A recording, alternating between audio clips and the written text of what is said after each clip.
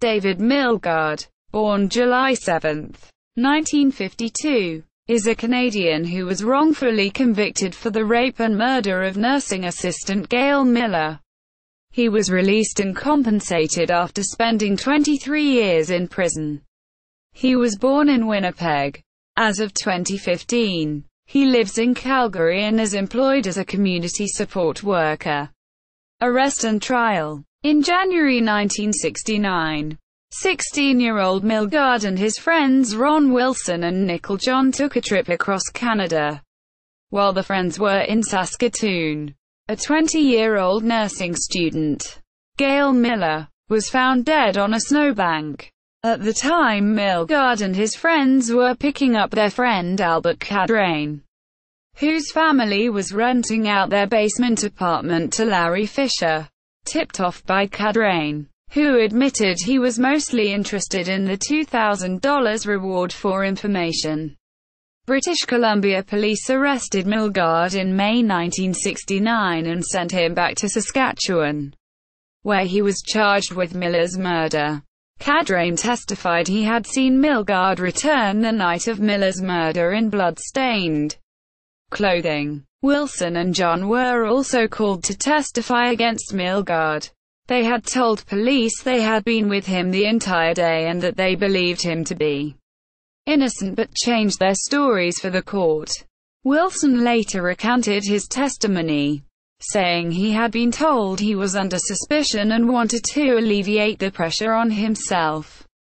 Milgaard was convicted of murder and sentenced to life in prison on January 31, 1970, exactly a year after Miller's murder. He was 17 years old.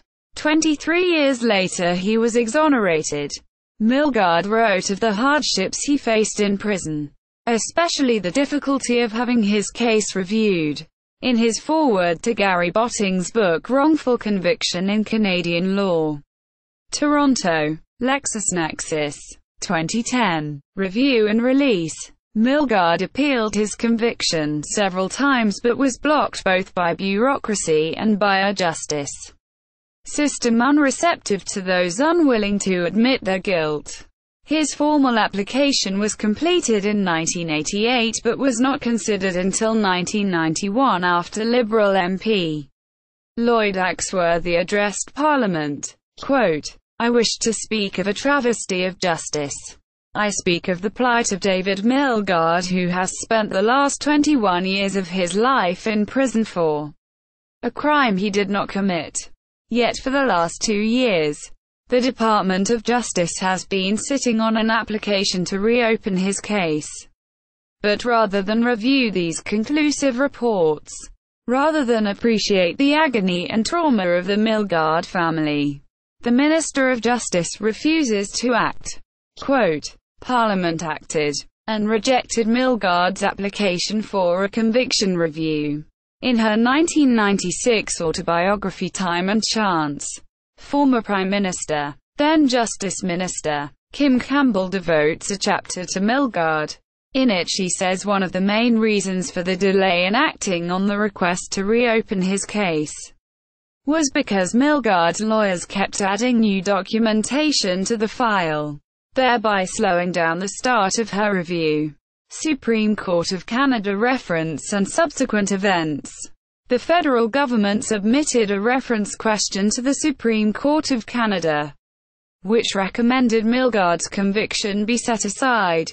Campbell, as Justice Minister, ordered that pursuant to Section 690 of the Criminal Code a new trial be held on the murder charge against Milgaard. However, the government of Saskatchewan announced it would not do so, instead entering a stay of proceedings in the case against Milgaard, releasing him from prison on April 16, 1992. On July 18, 1997, a DNA laboratory in the United Kingdom released a report confirming that semen samples on the victim's clothing did not originate from Milgaard, for all intents and purposes clearing Milgaard of the crime. The Saskatchewan government then apologized for the wrongful conviction. On July 25, Larry Fisher was arrested for the murder and rape of Miller.